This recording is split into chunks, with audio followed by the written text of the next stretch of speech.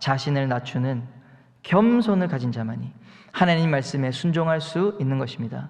겸손한 마음, 나의 판단과 나의 지성마저도 이 하나님의 지성, 하나님의 진리의 말씀보다는 온전하지 않다는 겸손한 고백이 있어야 우리가 그 하나님의 뜻에 순종할 수가 있는 것입니다.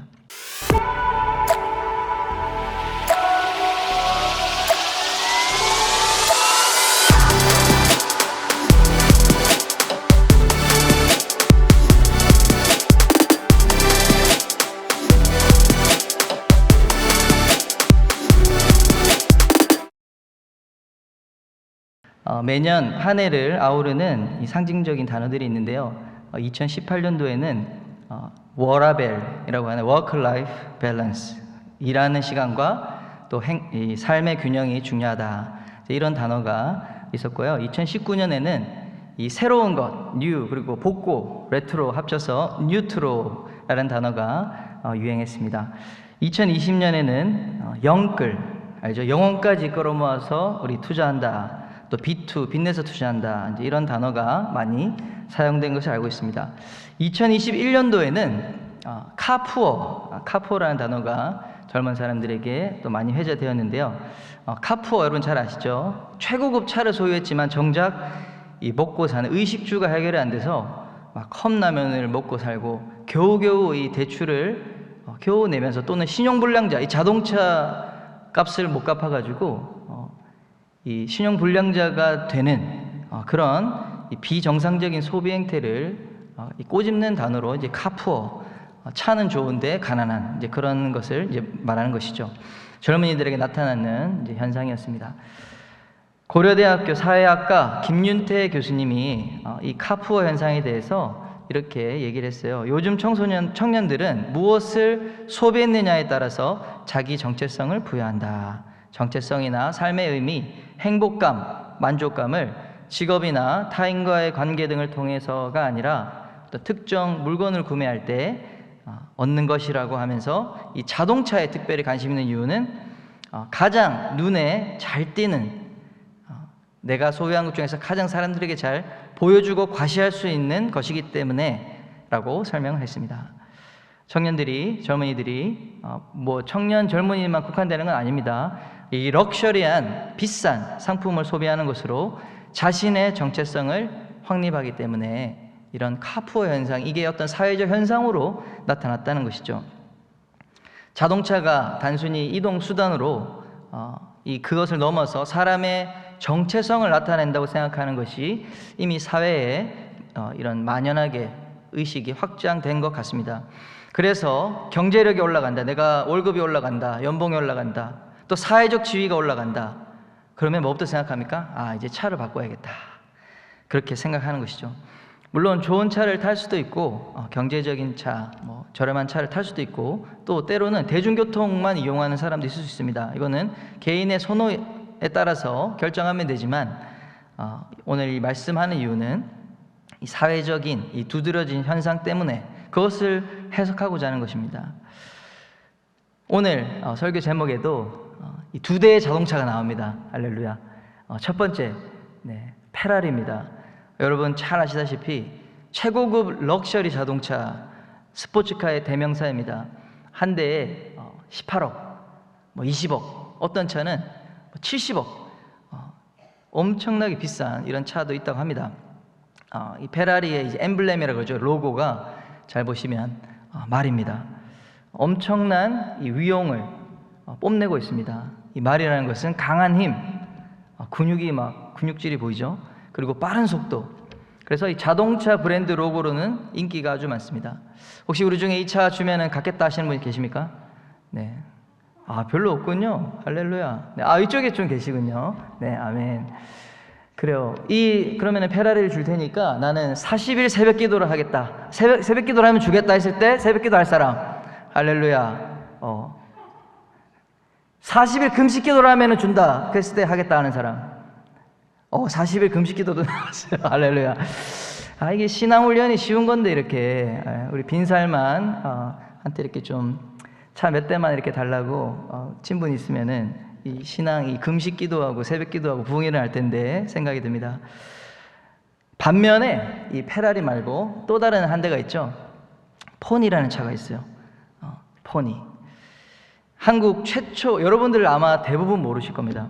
한국 최초로 생산한 자동차 모델입니다. 현대자동차에서 1976년도에 출시했고요. 시판 첫 해에 1726대가 팔렸다고 합니다. 국내 승용차의 43.5%를 점유하는 이 오리지널 국민차, 정말 국민차 절반이 이 폰이었어요. 도로에 나가면 2대 중에 1대가 폰이었다. 엄청난 국민차죠. 1989년까지 생산이 되다가 이제 단종되었다고 합니다. 1989년 이후로 태어나신 분은 이미 이제 태어날 때부터 없었기 때문에 모르는 거죠. 그래서 이 드라마나 영화에 가끔씩 이 나오는 고대 자동차가 됐습니다.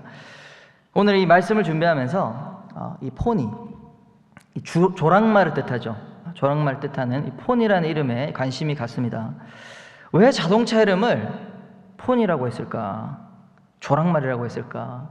아까 페라리처럼 이렇게 막 이렇게 해야 되는데 조랑말 너무 귀엽죠? 말에 비해서 일반 말에 비해서 저렇게 키가 작은 게 조랑말이에요. 그 학술적 정의로도 앞다리에서부터 이렇게 이 어깨까지가 144cm 이하가 조랑말이라고 합니다. 품종 자체가 그래요. 다 커도 저렇게 작습니다. 그래서 말머리까지 포함한다 해도 우리 일반적인 성인 평균 키보다 작게 됩니다. 아담한 사이즈죠. 그런데 이 조랑말이 덩치는 작잖아요. 근데 일반 말보다 이 근력과 지구력이 강하다고 합니다. 그리고 생존력도 강하다고 합니다. 그래서 이 여러분 몽골 제국 아시죠? 역사상 가장 광대한 대륙을 정복한 가장 큰 제국을 세우는 이 몽골 제국이 바로 이 조랑말을 사용해서 그 강력한 군대를 이뤘다고 합니다. 조랑이라는 단어, 이 몽골에서 온 단어입니다. 조리모리에서 이 유래한 언어가 몽골어예요. 이게 이제 조랑말로 우리가 부르기 시작했어요. 조랑이라는 게 작다라는 말이 아니라고 합니다. 조랑의 본뜻은, 조리모리의 본뜻은 상하 진동 없이 매끄럽게 달리는 주법을 의미하는 거라고 합니다. 그래서 이 조랑말의 이 어원의 의미대로 해석을 다시 하면은 작은 말이 아니라 진동 없이 매끄럽게 달릴 수 있는 전략적인 말로 우리가 뜻을 붙일 수가 있겠습니다. 잘 생각해 보세요. 작으니까 전쟁을 해야 되는데 적의 눈에 잘 띌까 안 띌까요? 작으니까 숨기 좋은 거예요. 이 엄폐, 그렇죠? 군대 가신 분들 이렇게 잘 숨어야 돼. 드러나면은 맞는 거죠. 그리고 작으니까 말을 타고도 쉽게 흔들리지 않는 거예요. 크면은 이렇게 흔들흔들. 그래서 흔들리지 않는다. 그리고 작은데도 빨라. 그래서 이 몽골 군대가 이 조랑말을 통해서 지상 최강의 기마부대가 될 수 있었던 거예요. 그래서 어떤 다큐멘터리 본 게 기억나는데 이 몽골 사람 말을 정말 잘 다루거든요. 저 대학 때도 몽골 사람 우리 형님이 있었어요. 그 누나도 있고. 그래서 축제 때 말을 끌고 말을 타고 오더라고. 말을 타고 학교까지 오는데 와 너무 멋있더라고. 그 얘기도 들어보니까 말을 눕힌대요. 초원에 몽골 초원이잖아요. 이게 말을 눕히는 기술을 가지고 있어. 그래서 적이 몰라요. 바로 앞에 올 때까지 딱 숨어 있다가 신호를 딱 받고 자 이제 공격하면은 누워 있다가 말이랑 사람이 같이 누워 있다가 탁 일어나서 딱 공격하니까 허를 찔리면서 아주 빠른 이 기마 전술을 통해서 전쟁에서 이기는 그런 이제 몽골 군대였어요.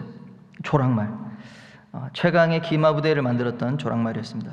그래서 오늘 이제 본문으로 가보려고 합니다. 오늘 본문은 예수님께서 예루살렘 성전으로 입성하는 그런 장면을 보여주고 있습니다. 예수님께서 지금 십자가의 고난 받기 바로 직전의 사건입니다. 교회는 그래서 종려 주일로 오늘의 본문 말씀을 이제 이날을 기념을 하죠. 사진을 보시면은 많은 군중들이 있고요. 예수님께서 작은 나귀, 조랑말처럼 아주 작고 귀엽죠. 저 나귀를 타고 예루살렘 성전으로 입성합니다. 그런데 예루살렘 성전의 입성은 매우 특별한 사건입니다.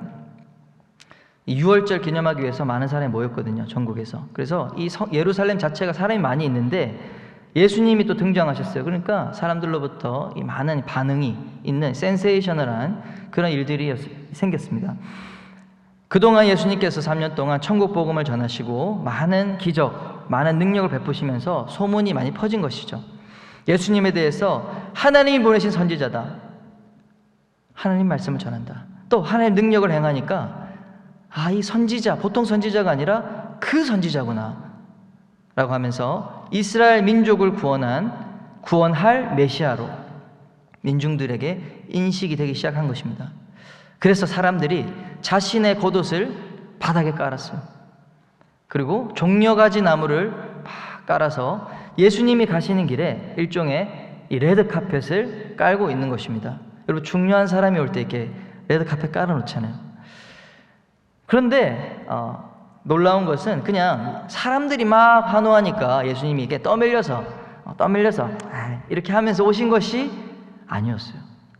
그냥 이 카펫을 사람들이 그냥 이렇게 하니까 마지못해서 걸어가시는 게 아니라 예수님께서도 예루살렘 성전에 들어가실 때 평소에 하지 않으시던 특별한 준비를 하십니다. 예수님은 한 번도 이 복음서 기록에 보면 교통수단을 이용했다는 기록이 없어요. 근데 예수님이 제자들에게 택시 불러달라고 지금 얘기하는 거예요. 이 나귀 새끼, 저 맞은편 마을로 가서 나귀를 끌고 내게로 가지고 와라. 나귀 새끼를 요청했어요. 이 장면, 즉 이 장면 연출하기 위해서 굳이 어린 나귀 새끼를 타고 그렇게 가시겠다고 예수님도 얘기한 거예요. 안장도 없는 나귀 위에 사람들이 겉옷을 올려 안장을 대신한 것이죠. 여러분, 이 사건을 한번 머릿속에 잘 한번 생각해 보시길 바랍니다. 어떤 성경 해설에 보면은 승리의 입성이라고 얘기도 하고 왕의 입성이라고 얘기도 합니다. 진짜 승리한 입성을 나타내고 있을까요? 승리자의 입성. 여러분, 진짜 왕이 이렇게 입성한다고 생각해 보십시오. 너무 초라하지 않습니까? 정복자가 이 예루살렘 성, 이스라엘을 상징하는 수도인 예루살렘 성을 접수하기 위해서 들어온다고 한다면 강력한 군대가 대열을 탁 지어가지고 착착착착 강력한 무기들을 들고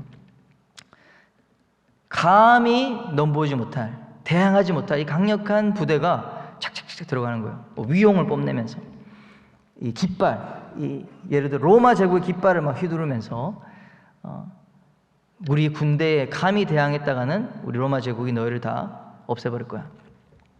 그러면서 이 최고의 사령관은 가장 화려한 마차 또는 말 위에 타고 이렇게 착착착착 입성을 했을 것입니다. 당연하겠죠? 근데 예수님께서 어떻게 보면 아까 그 그림 보세요. 이 조그만 나귀 새끼, 말도 아니야 사실, 나귀 위에 어떻게 보면 우스꽝스럽지 않겠습니까? 우리 담임 목사님 나귀 새끼, 우리 대통령이 나귀 새끼 타고 행진을 한다 생각해 보세요. 이거 약간 그냥 재밌게 하는 그런 일 같죠. 아주 말이 아니라, 페라리가 아니라 이 나귀를 타고 오는 이런 모습으로 예루살렘 입성하는 것, 분명한 어떤 의미가 있고 의도가 있다는 것을 우리가 생각했으면 좋겠습니다. 진짜 왕으로 입성하기 원하셨다면 더욱 위용을 상징하는 말 타고 가셔야 했을 것입니다. 실제로 그 백마를 그렇게 좋아하죠. 우리 북한에 보시면은 김일성, 우리 김정일, 김정은 모두 이 백마, 흰 말을 타고 막 이렇게 백두혈통이다 이러면서 그런 것들을 사진 찍어서 국민들에게 막 선전을 해요. 그리고 막 이 이단 교주들도 이 백마를 타고 그렇게 어떤 신비감을 이제 보여주는 것이죠. 한 기사에 보니까 그 교토신문인가요? 거기서 이제 해석한 걸 보니까 이렇게 김정은이 북한의 최고 이제 왕이죠. 이 백마를 타고 있는 것은 신비감, 국민들로 하여금 신비감을 더 주기 위해서다. 이렇게 자기의 권위를 높이기 위해서 그렇게 한다라고도 말하고 있습니다. 예수님은 이 어린 나귀를 타고 간 이유에 대해서 본문 5절에 이야기하고 있습니다. 우리 같이 한번 5절 말씀 읽어보겠습니다. 시온 딸에게 이르기를 내 왕이 내게 임하나니 그는 겸손하여 나귀 곧 멍에 매는 짐승의 새끼를 탓도다 하라 하였느니라. 이것은 스가랴 선지자의 예언의 말씀입니다. 이스라엘의 구원자, 이스라엘의 왕은, 영적 구원하시는 왕은 나귀 새끼를 타고 온다는 예언입니다. 그런데 왜 왕이 작은 나귀 새끼를 타고 왔습니까?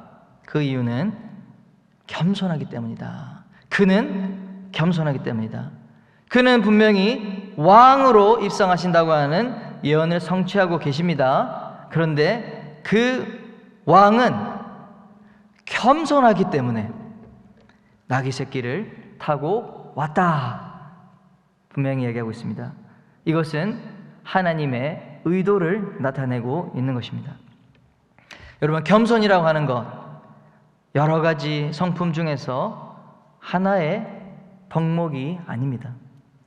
예수님의 본질에 가장 부합한 가치가 바로 겸손인 것입니다. 이것은 이 세상의 논리로는 도저히 이해할 수 없는 하나님 나라의 신비이기도 합니다. 그래서 초대교회 교회의 아버지라고 불리는, 교부라고 불리는 성 어거스틴에게 누군가가 이렇게 물어봤습니다. 선생님, 기독교의 제일 되는 덕이 무엇입니까? 그가 이렇게 대답했습니다. 첫 번째 덕은 겸손입니다. 그래서 두 번째로 물어봤습니다. 그러면 두 번째로 큰 덕은 무엇입니까? 어거스틴이 대답합니다. 두 번째 덕 역시 겸손입니다. 그리고 이 사람이 세 번째로 물어봤어요. 기독교의 가장 큰 세 번째 덕이 무엇입니까? 어거스틴은 세 번째 덕 역시 겸손이다 라고 대답한 유명한 일화가 있습니다. 여러분, 겸손의 반대가 무엇이죠? 교만입니다. 교만은 수많은 악한 마음, 악덕 가운데 한 가지 나쁜 것이 교만이 아니라, 교만은 모든 악의 근원이 되는, 근본이 되는 악이라는 것을 우리가 기억해야 됩니다. 그래서 최초의 인류의 타락 역시 아담과 하와가 왜 넘어졌습니까? 교만으로 타락한 천사, 그의 이름은 사탄입니다. 그가 너도 하나님처럼 될 수 있어 라고 하는 교만의 유혹에 빠졌기 때문에 우리 첫 인류가 최초의 범죄를 저질렀다는 것을 기억하시길 바랍니다.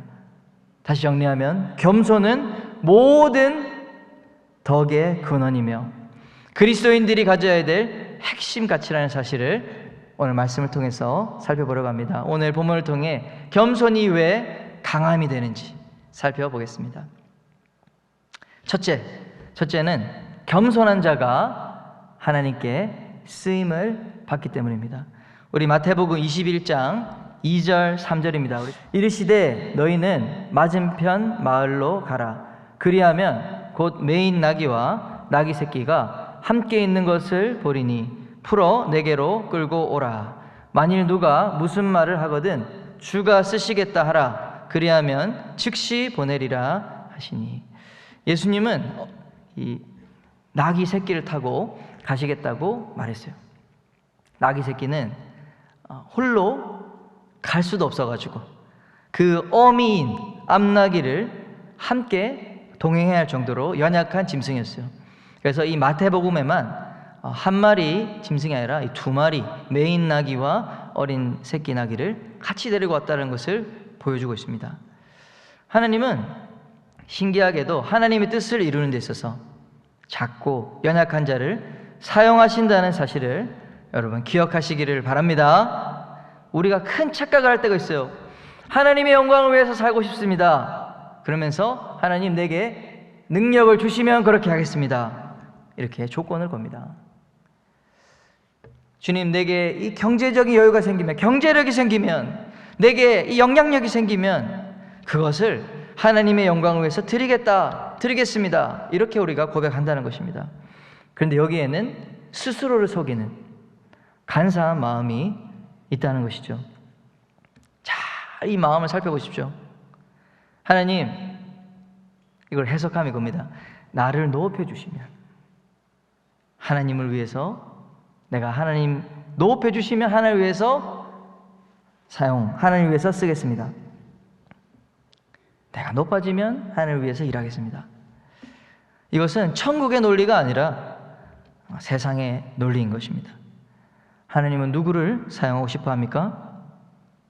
하나님만을 간절히 의지하는, 그 어미 나귀를 간절히 의지하는 나귀 새끼처럼 겸손한 자를 사용하십니다. 나귀 새끼는 이렇게 생각합니다. 내가 한 번도 사람을 태워본 적이 없는데 어떻게 예수님을 태우고 가겠어? 저는 못합니다. 제 능력으로는 못합니다. 주님이 도와주세요. 주님 도와주세요. 여러분, 이것이 바로 진정한 하나님 앞에서 겸손한 자의 모습이라는 사실을 꼭 기억하시길 바랍니다. 고린도전서 1장 말씀입니다. 고린도전서 1장 26절부터 29절까지의 말씀입니다. 형제들아, 너희를 부르심을 보라. 육체를 따라 지혜로운 자가 많지 아니하며 능한 자가 많지 아니하며 문벌 좋은 자가 많지 아니하도다. 그러나 하나님께서 세상의 미련한 것들을 택하사 지혜 있는 자들을 부끄럽게 하려 하시고 세상의 약한 것들을 택하사 강한 것들을 부끄럽게 하려 하시며 하나님께서 세상의 천한 것들과 멸시받는 것들과 없는 것들을 택하사 있는 것들을 폐하려 하시나니 이는 아무 육체도 하나님 앞에서 자랑하지 못하게 하려 하심이라. 아멘. 하나님이 그렇게 연약한 자, 겸손을 고백할 수 없는 자를 사용하기 원하시는 이유가 있다고 합니다. 그것은 누구도 하나님 앞에서 자랑하지 못하게 하기 위함인 것입니다. 우리가 약할 때, 약하다고 고백할 때, 그 약하다고 고백하는 자에게 강함으로 나타나시기 때문에, 그렇게 함으로써 오직 하나님께서 영광을 받으시기 원하시기 때문에 하나님은 자신을 겸손히 낮추는 자를 사용하시길 기뻐하시는 것입니다. 사랑하는 우리 청년아람 여러분, 이곳에 있는 모든 예배자 여러분, 하나님이 누구를 사용하기 원하신다고요?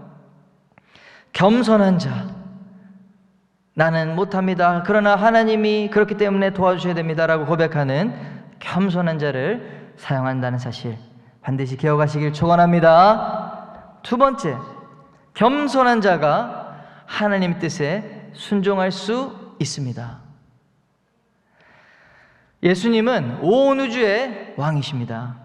그분은 온 우주를 창조하신 분이시기도 합니다.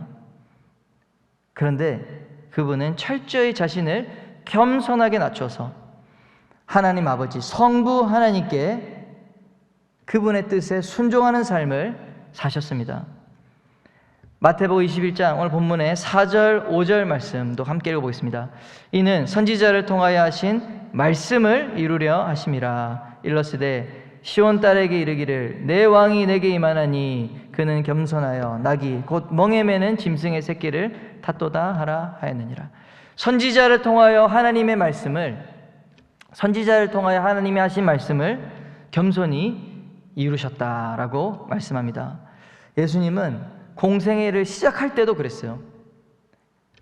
요단강에서 세례를 받으시면서 공식적인 이 메시아의 사역을 시작하셨습니다. 그때에도 놀라운 겸손으로 하나님 아버지의 뜻에 순종하셨습니다. 마태복음 3장에 나오는 말씀입니다. 14절 말씀입니다.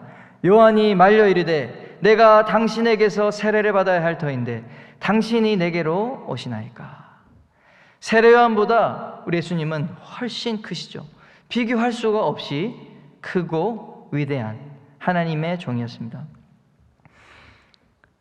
예수님께서 그런데 그 세례 요한의 권위 아래에서 세례를 받으신 것이었어요. 예수님이 그렇게 해야 될 이유가 딱히 없었어요. 예수님은 죄도 없었고 예수님은 세례를 받아 죄를 씻음 받아야 되는 그 원인 자체가 없었잖아요. 그래서 세례 요한이 이렇게 말한 거예요. 극구 부인하면서, 아니 지금 제가 당신에게 세례를 받아야 되는데, 예수님이 더 큰 권위, 영적 권위를 가지고 있기 때문에 세례 요한이 그렇게 고백한 것입니다. 제가 당신에게 세례받는 것이 마땅합니다. 그런데 이렇게 15절에 예수님 말씀하십니다. 예수께서 대답하여 이르시되 이제 허락하라. 우리가 이와 같이 하여 모든 의를 이루는 것이 합당하니라 하시니 이에 요한이 허락하는지라. 예수님은 자신의 가진 이 권위를 겸손히 내려놓고 하나님이 기뻐하시는 그 의를 이루시기로 선택하신 것입니다.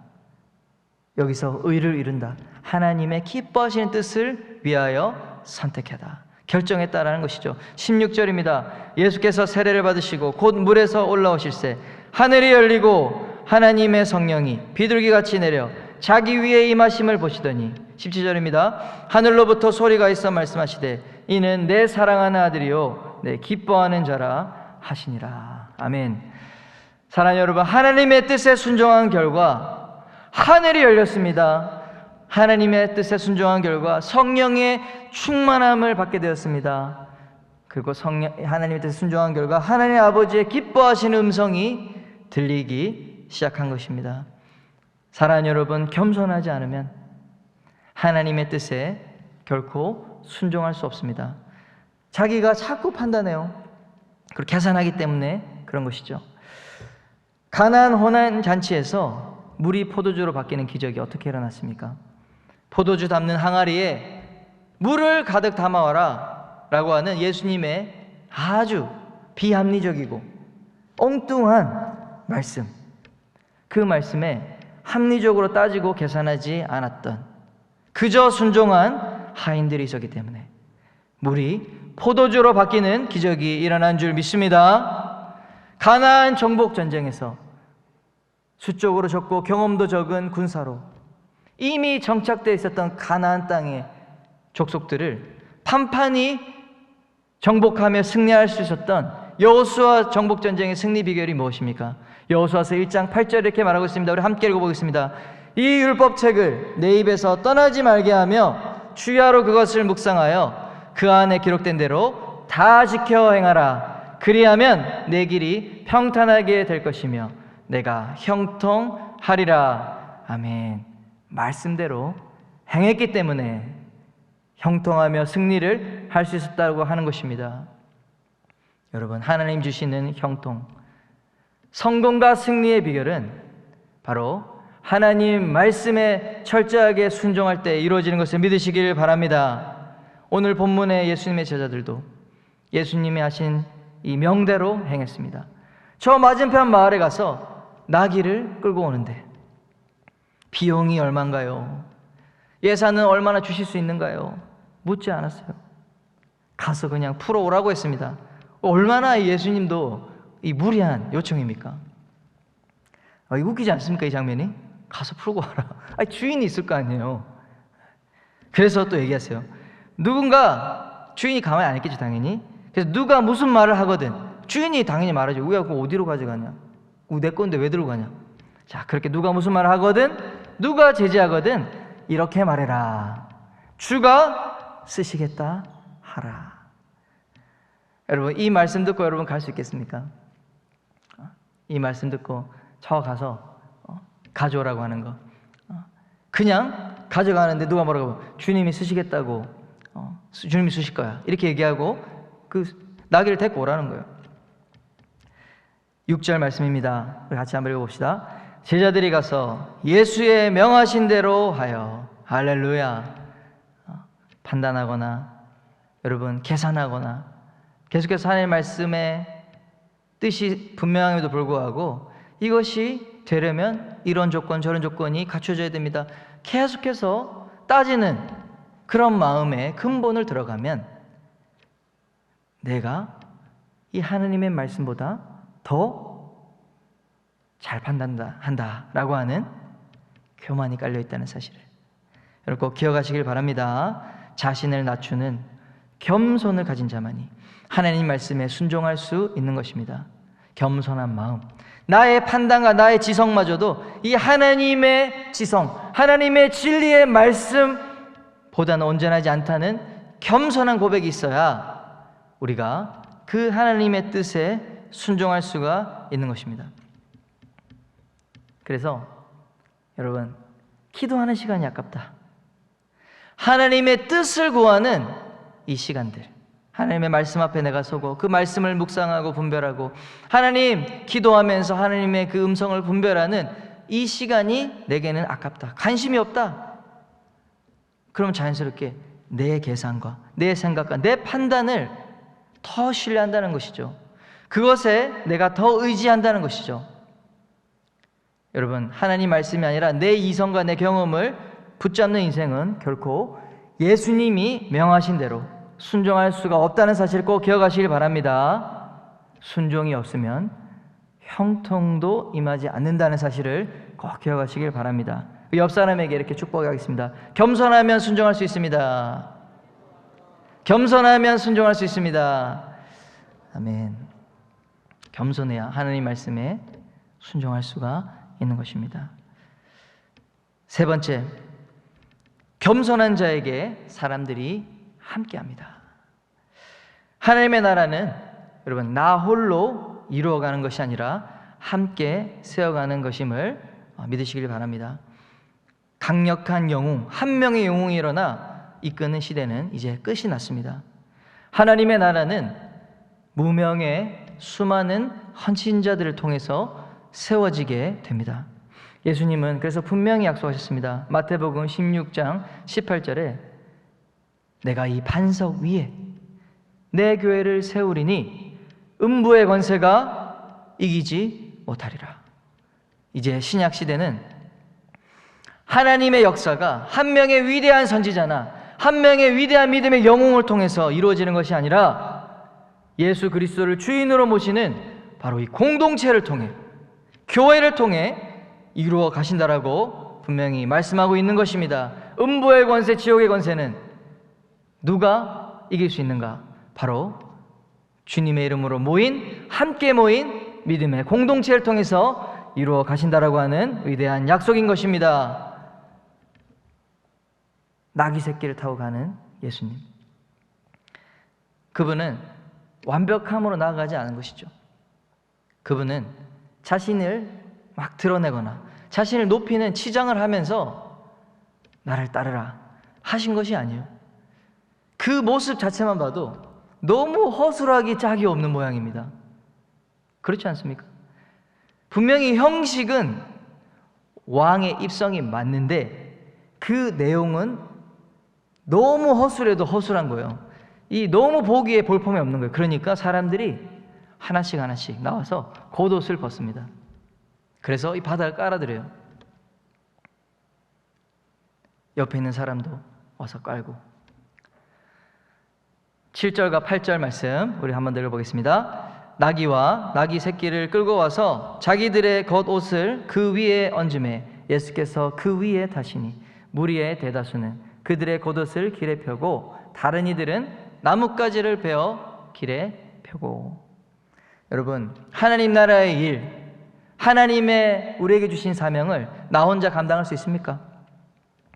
여러분, 그런 마음이 혹시 있는 사람, 그런 리더에게는 사람이 붙지 않습니다. 여러분, 하나님 나라가 얼마나 큰지 몰라요. 하나님이 우리에게 주시는 비전과 사명은 얼마나 큰지 모릅니다. 여러분, 우리 포항 기쁨의 교회에 주신 사명이 얼마나 큰지 몰라요. 우리 청년하람 공동체에 주신 비전이 얼마나 큰지 모릅니다. 여러분, 최소한 이 포항의 50만 영혼을 살리고 이 도시에 하나님의 나라를 세우는 것이 우리 청년하람의 비전이 되는 줄 믿습니다. 너무 크단 말이에요. 포항시 예산 100분의 1, 1000분의 1, 만분의 1도 없단 말이에요. 우리는. 그런데 이 포항을 감당해야 돼. 이 땅의 청년들을 살려야 돼. 하나님의 나라의 일을 나 혼자 감당하기에는 결코 역부족입니다. 부족하기 때문에 나 혼자 이루어가는 것이 아니라 여러 명의 도움이 필요한 것입니다. 여러분, 리더는 그런 마음을 가지고 있어야 돼요. 형제님, 자매님, 우리 공동체, 우리 순을 이끌어가는데, 호흡을 이끌어가는데 우리 형제님의 도움이 절실히 필요합니다. 함께 합시다. 물론 그 사람이 완벽해서 얘기하는 거 아니에요. 그러나 나도 완벽하지 않잖아요. 부족하지만 그 사람의 도움도 함께 필요한 것이죠. 자매님, 우리 모임에 당신이 꼭 필요합니다. 함께 섬깁시다. 함께 주님의 몸된 교회를 섬겨 나갑시다. 그렇게 한 사람 한 사람이, 어떤 사람은 옷을 벗고, 어떤 사람은 양말을 벗고, 어떤 사람은 자기가 가진 이 적은 물고기, 적은 이 빵을 내어놓고, 그렇게 여러 사람이 함께 참여하여 헌신하기 시작하는 것, 그것이 바로 하나님 나라를 이루어가는 놀라운 비결입니다. 누구를 통해서 이루어집니까? 내가 다 할 수 있다 생각하는 자가 아니라, 내가 홀로 이루어가는, 내가 주인공이 되어서 이 리더를 감당했다라고 하는 사람이 아니라 우리 함께 나갑시다. 그렇게 겸손하게 나가는 자를 통해서 이루어진다는 사실입니다. 사람들이 어떻게 참여할 수 있는가? 이것이 바로 이 시대의 진정한 리더십, 참여시킬 수 있는 그런 리더십.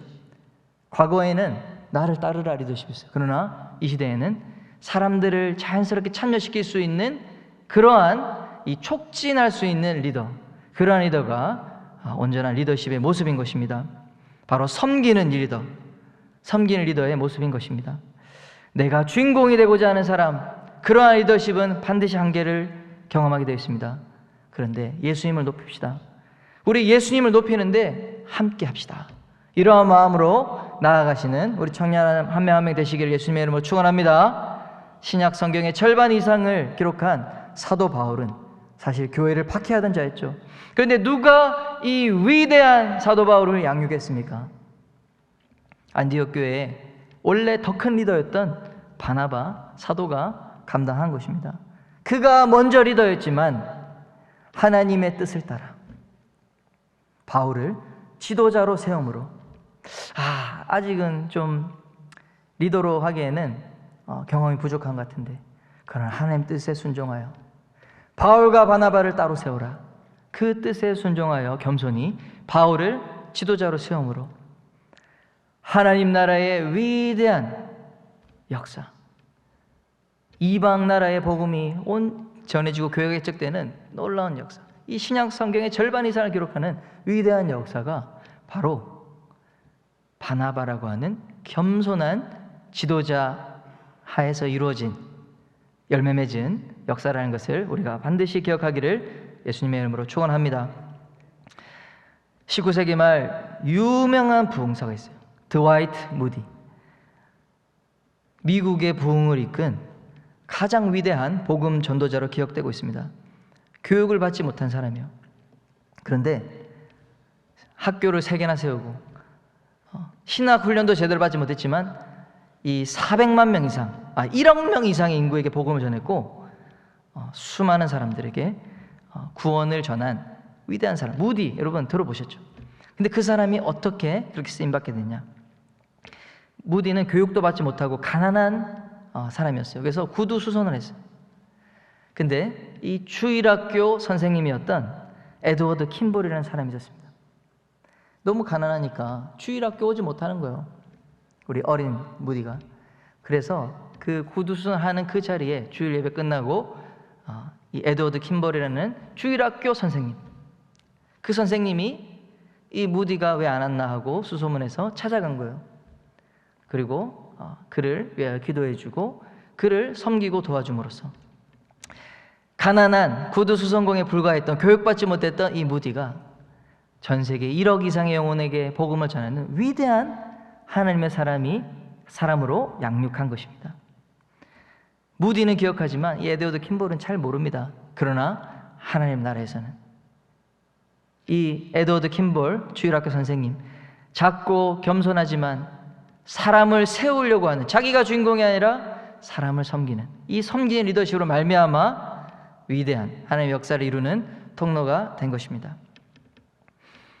우리 한국교회의 위대한 역사를 이룬 조덕삼 장로님 이야기도 우리가 전에 이야기한 바가 있습니다. 자신의 머슴이었던 이자익이라고 하는 머슴을, 이제 복음이 전해지고 교회가 세워졌는데 함께 예수 믿다 보니까 이 조덕삼하고 이자익, 자기는 주인이고 머슴인 이자익, 근데 장로가 투표해서 누가 문제 됐나요? 이 머슴이었던 이자익이 너무 신실했거든요. 너무 뛰어났거든요. 비록 신분은 비천했으나 노비 아닙니까? 머슴. 근데 예수님을 뜨겁게 사랑하고 신실한 그 머슴이었던 이자익이 먼저 장로가 되도록 그렇게 배려를 해줘요. 물론 자기가 나쁜 마음을 가지면 그것을 못하게 막을 수도 있었겠죠. 그런데 이 이자익이라고 하는 머슴을 장로로 먼저 세우는 거예요. 자신은 겸손히 집사가 되고 또 나중에는 조덕산 장로도 장로가 됩니다. 그러나서 이 이자익이라고 하는 장로님을 신학교로 보내서 돈을 다 내줍니다. 목회자로 훈련하여 그 교회 목회자로 이렇게 세웠던 위대한 역사. 여러분, 이 조선에 이 계급제, 노예제가 만연한 이 조선 땅에 위대한 하나님의 역사가 일어나 지금은 이 모든 계급지서가 없어지는 평등한 사회가 되지 않았습니까? 바로 이 조덕삼이라고 하는 겸손한 지도력을 가진 그 한 분의 사람들 때문에 우리 가운데 하나님의 놀라운 역사가 이루어진 줄 믿으시길 바랍니다. 오늘 말씀을 마무리하도록 하겠습니다. 하나님은 겸손의 문을 통해 들어오십니다. 그런데 사탄은 어디를 통해서 들어오는지 아십니까? 교만의 문을 통해 들어옵니다. 참 겸손은 나는 겸손하지 않다라고 생각하는 것입니다. 그것보다 더 대단한 겸손은 나는 교만하다라고 생각하는 것입니다. 그런데 최고의 교만이 뭔지 아세요? 최고의 교만은 나는 교만하지 않다라고 생각하는 것입니다. 마지막으로 구제불능의 교만이 있어요. 그게 뭘까요? 구제불능의 교만. 고칠 수가 없어요. 그것은 나는 겸손하다라고 생각하는 것입니다. 사랑하는 청년 여러분, 겸손함으로 우리 하나님 안에 진정한 강함을 가지신 여러분 되시길 예수님의 이름으로 축원합니다. 우리가 겸손할 때 하나님이 우리를 사용하시길 기뻐하시는 거예요. 사람들이 보지 않고 인정해주지 않아도 겸손히 묵묵히 무대 밑에서 섬기는 그 한 사람을 하나님은 지켜보고 있습니다. 완전히 무대 밖 이 광야에 양을 치던 목동 다윗, 형들이 너무 많아가지고 전혀 주목받지 않았던, 그래서 사무엘 선지자가 그를 찾기 위해서 아들을 다 물어봤는데 다윗의 아버지는 이제 더 없다고 그랬어요. 까먹었어. 그 정도로 소외되었던 우리 다윗이 하느님 앞에 늘 겸손한 마음으로 살아갔더니 그를 이스라엘의 왕으로 높이셨어요. 겸손할 때 우리가 하나님의 뜻을 믿고 순종할 수가 있습니다.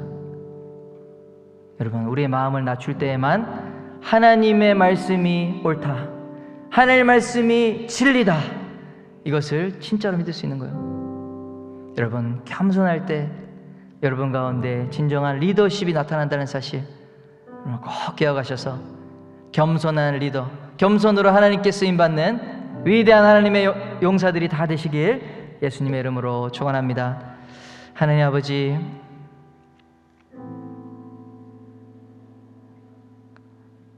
하늘의 보좌를 버리시고 겸손한 모습으로 이 땅에 오시고 가장 겸손한 말 구유에 정말 걸레 같은 이 보자기에 담겨서 쓰여져서 쌓여서 태어나신 예수님, 당신은 태어날 때부터 겸손의 옷을 입었고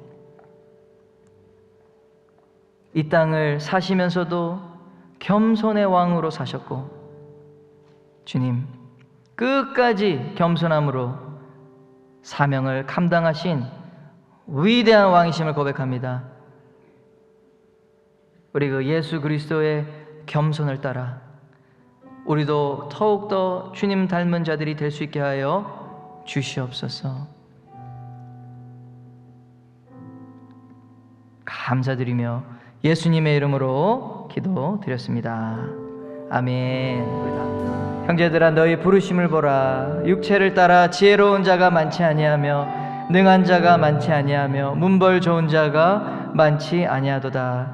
그러나 하나님께서 세상에 미련한 것들을 택하사 지혜 있는 자들을 부끄럽게 하려 하시고 세상에 약한 것들을 택하사 강한 것들을 부끄럽게 하려 하시며 하나님께서 세상에 천한 것들과 멸시받는 것들과 없는 것들을 택하사 있는 것들을 폐하려 하시나니 이는 아무 육체도 하나님 앞에서 자랑하지 못하게 하려 하심이라.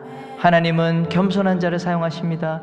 연약하다고 믿고 고백하는 자, 하나님을 의지하는 자를 하나님은 사용하시기를 기뻐하십니다. 반면에 내가 할 수 있다, 내 능력으로 충분히 할 수 있어, 내 인생 내가 살아갈 수 있어 라고 생각하는 사람에게 자신의 능력만큼은 일할 수 있지만 하나님의 능력은 결코 그를 통해서 나타나지 않는다는 것을 기억하셔야 됩니다.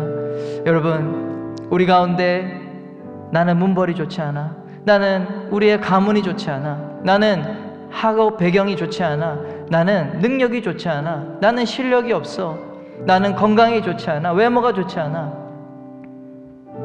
그렇게 생각하는 분이 혹시 계십니까? 여러분이 그렇게 생각한다면 하나님이 여러분을 사용하실 수 있는 조건을 맞추고 있는 것입니다. 여러분, 그러나 나의 연약함에 나 자신을 보는 그 시선을 하나님을 바라보며 하나님의 능력을 믿고 의지하는 우리 시간 기도 드렸으면 좋겠습니다. 하나님, 그렇기 때문에 나와 함께 해주십시오. 그렇기 때문에 내게 능력을 주십시오. 그렇기 때문에 하나님의 강함이 나의 연약한 가운데 드러나게 해주십시오. 그래, 오직 하나님만 영광을 받으시는 역사가 내 인생을 통해, 우리 가정을 통해 이루어지게 하여 주시옵소서. 주여 외치며 기도합시다. 주여! 우리 두 번째 기도할 때 이 땅에 겸손한 왕으로 오신 예수님께서 온 우주의 영광과 존귀를 받으시는 왕이 되셨음을 선포합니다. 가장 낮은 곳으로 임하신 그 주님께서 하나님이 그를 지극히 높여 온 민족과 열방과 세세 무궁토록 영원한 찬양을 받기에 합당하신 왕으로 높이셨음을 선포합니다. 이 땅에 주님이 영광의 왕으로 다시 오실 것입니다. 이 땅에 겸손히 그 예수 그리스도의 모습을 따라 섬기는 이 땅의 주의 몸된 교회를 통하여, 이곳에 있는 저와 여러분을 통하여 우리 주님께서 영광의 왕으로 돌아오실 것을 믿으시길 바랍니다. 우리 시간 기도할 때, 주님, 우리가 이 땅에 섬기는 리더로 살기를 원합니다.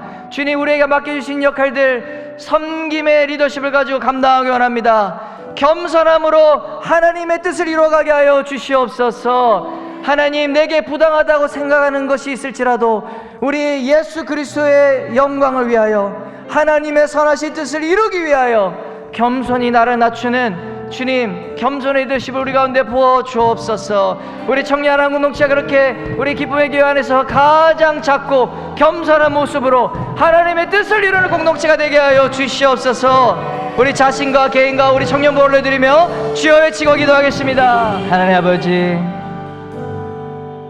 나귀를 타고 겸손의 왕으로 오신 예수 그리스도, 우리가 그 예수님을 따라가기 원합니다. 겸손의 옷을 입기를 원합니다. 겸손한 자를 주님이 높여주시는 것을 믿게 하여 주시옵소서. 주님, 십자가를 지기까지 우리의 정과 욕심을 다 내려놓고 내가 주인공 되고자 하는 마음, 내가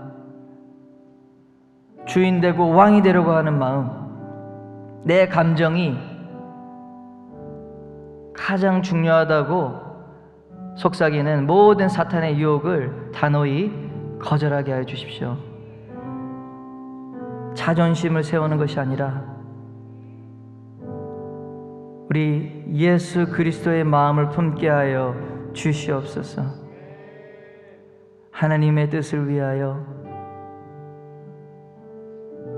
우리의 마음을 낮추는 겸손으로 오직 하나님을 영화롭게 하는 그러한 인생들이 다 되게 하여 주옵소서.